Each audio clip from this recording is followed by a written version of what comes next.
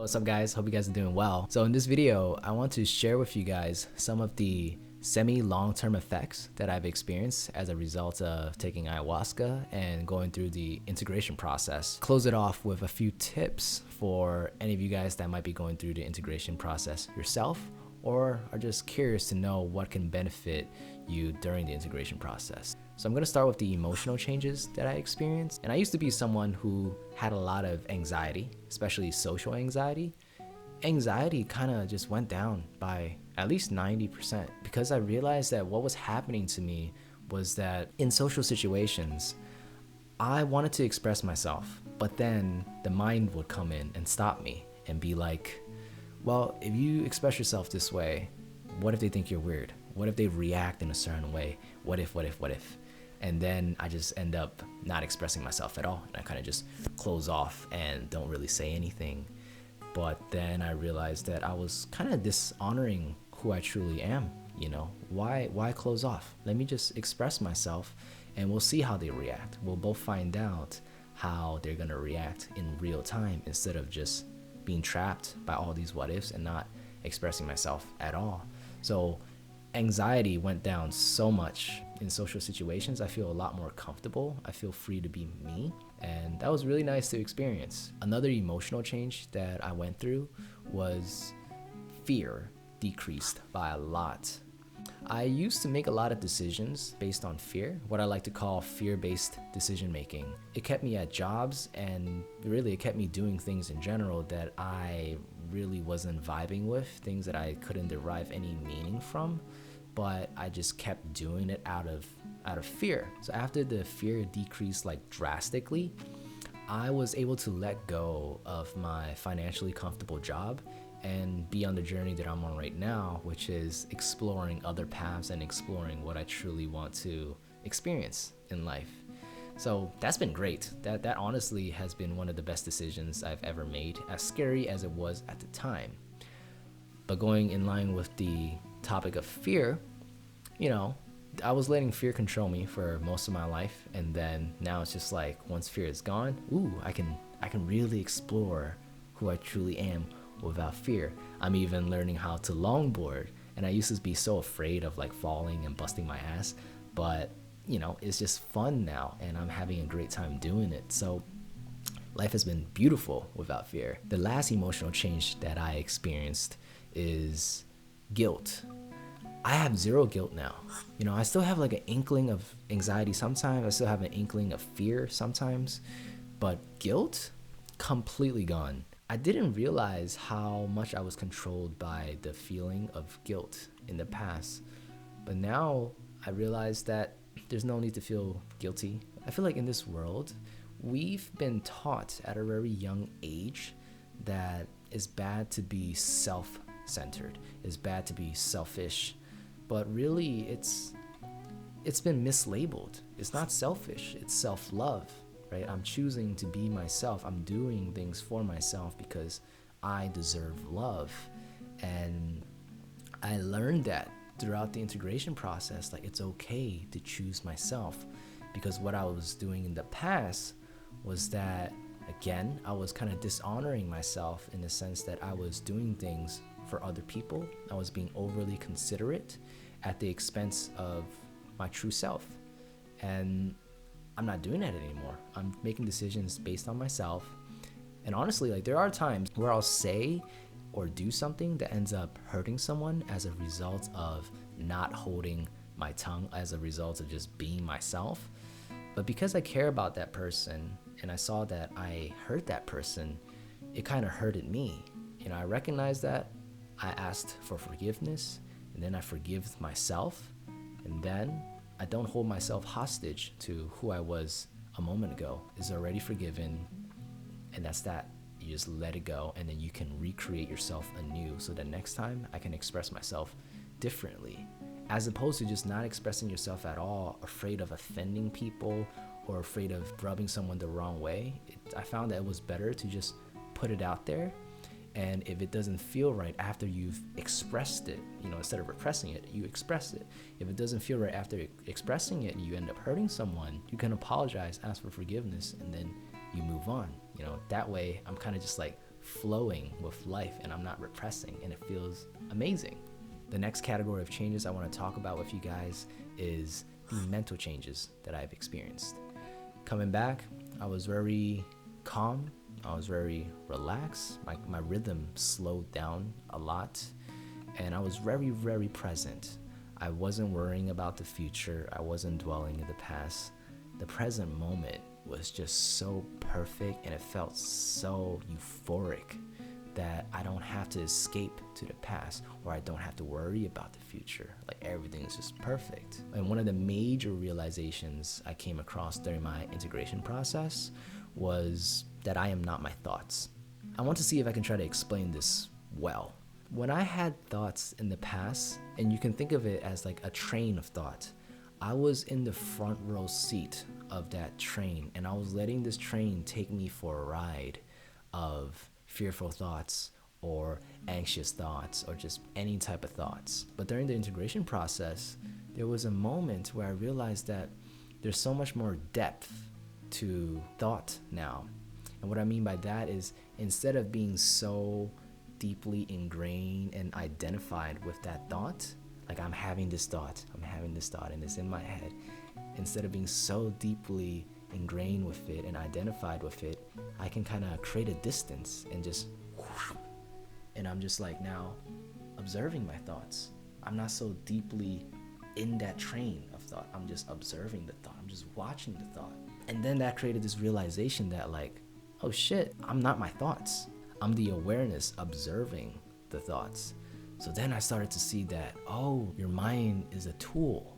You know, you can use this tool to help you navigate through life, instead of having this tool take you out on a crazy ride of anxious, worrisome, fearful thoughts. I was able to see what my mind likes to do. This one time I was driving, and then I had a thought pop up. Yeah, what if you don't make enough money? What if you can't take care of your parents? What if your friends just leave you or whatever? So many different thoughts started popping up all at once, and they were all vying for my attention. And this was during the integration process. So I snapped out of it. I was like, whoa, what the hell? Like, what am I doing? Like, there's so many different thoughts that's just pulling my attention in all these different directions. It felt very noisy. It felt very dysfunctional. So I started picking up meditation to kind of hone this tool that is my mind, so that it doesn't control me. And, this helped me a ton. I've made my mind my home. This voice in my head, these voices that used to say, you're not good enough, Z, you're ugly as shit, all these things, I've turned that voice into my biggest ally, my best friend. And this voice now is like very supportive. So yeah, make sure your mind is a nice place to be. Before you worry about your physical home, worry about your mental home. This is the most important home, and you can create a really, really nice place for yourself to dwell in. Another mental change that I experienced is judgment. I don't judge myself nearly as much. I don't judge other people. I don't judge events as good or bad. It's just, I've adopted this mentality of it is what it is, right? Like before, I would see myself through the lens of good or bad. When I thought a certain way, or when I am a certain way, I'm like, oh, that's good. Oh no, that's bad. You gotta repress that. You gotta kind of extract the bad parts of yourself and get rid of it, But now there's just this greater acceptance of who I am. I am what I am. You cannot just simply label someone as good or bad as if that fully defines them. We're so much more complex than just a binary label of good or bad. We're multifaceted, we're multidimensional. We're so much richer than just binary, good or bad. That's not to say I don't want to make certain changes in the world. I definitely do. I definitely still want to make changes within myself, but there's no need to label it as good or bad. I just want to change it because I want to change it. I just skip the middleman, the middle process of labeling it as bad, and therefore I want to change it. It's just, it is what it is.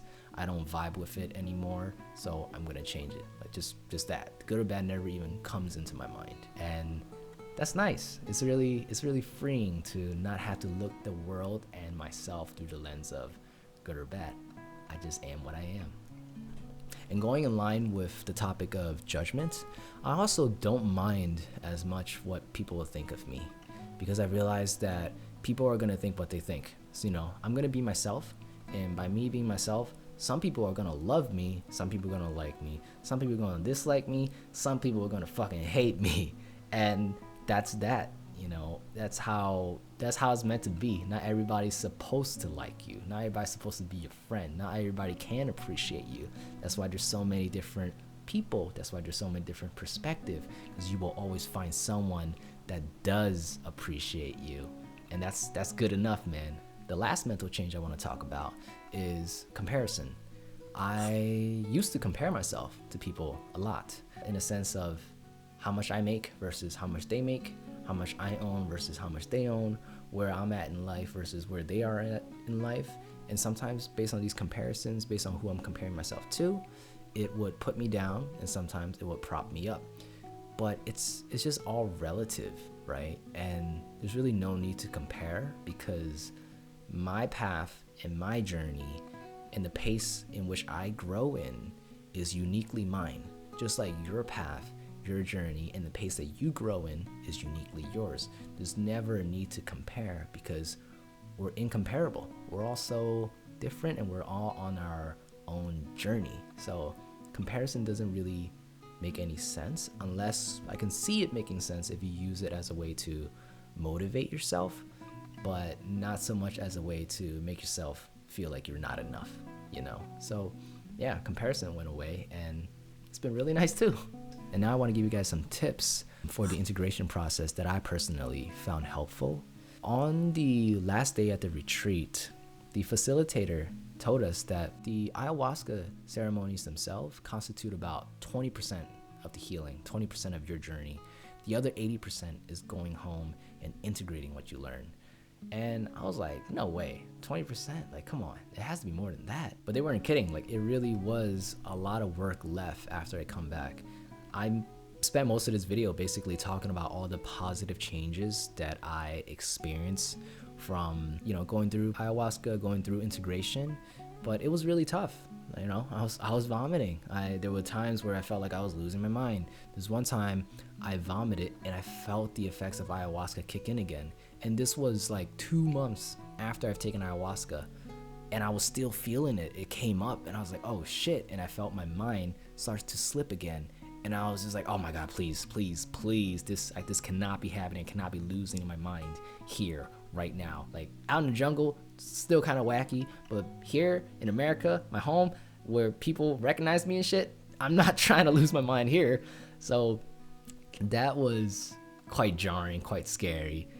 And all that is to say, it's still a challenge during the integration process, but there's always something to be gained through these challenges. There's always something to be learned through these challenges, and you become stronger after you overcome each and every one of those challenges, and you can start to live life a bit more fully, a bit more complete after you overcome these challenges and heal a part of yourself. So that's, I guess, a disclaimer.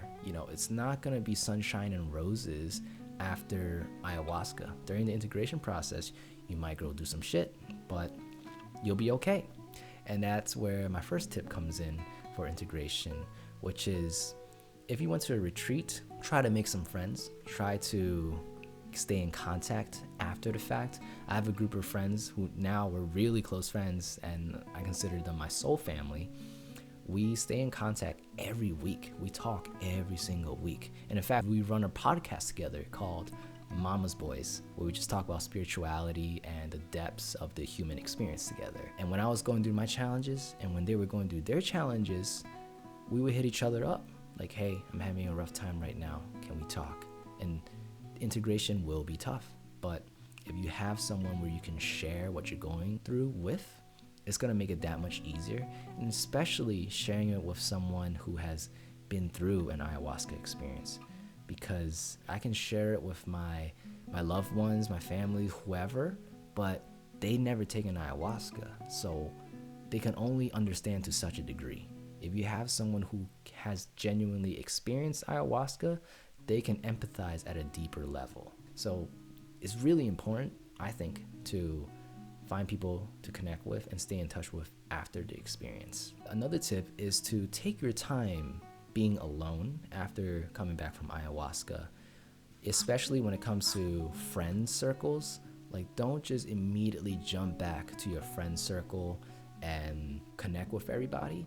I know that's very tempting to do because you probably miss them and all these things, but just take some time to be alone so that you can really process what you just went through and what it truly means to you and what you want to do and who you want to be moving forward. You don't have to worry about who you are as a person in relation to your friends by hanging out with them. Just don't hang out with them. Just figure out who you are, who you want to be, and then you can slowly introduce yourself to your friend circle.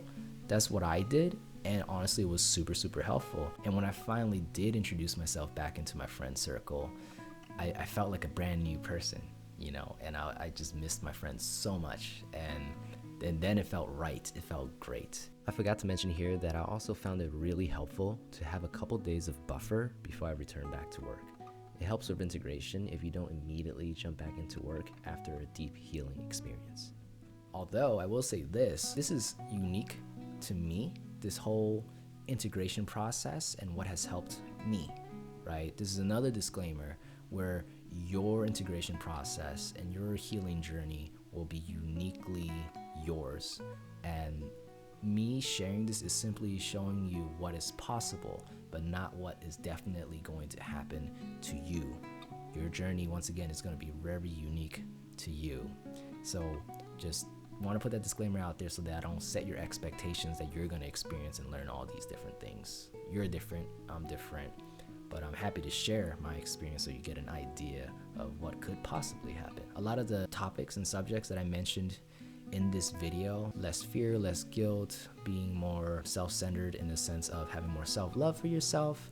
I might make videos in the future to talk about these in more detail because each of those topics I can go very deep in. But in this video, I kind of just wanted to give an overarching idea of what changes I went through. But for now, I'm just gonna leave this as it is. Again, like my videos tend to run long, but this is just kind of, I guess, my style of expressing myself. I have a lot that I want to share and get it out there. So if you're at this point in the video, even if you're not at this point in this video, if you like clicked off 10 seconds, I appreciate you. Seriously, like every little bit of attention you have gifted my way is more than I can ever ask for. So thank you so much.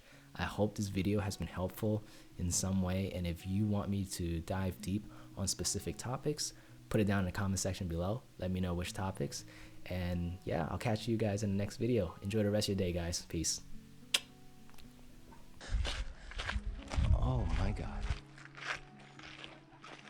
Yeah, whoever's watching who went up, down, around, back up, and back down. What the fuck? Over and under. Oh my God. Holy shit. We did it though. Yeah, we did. Fuck. Oh, we fucking did it.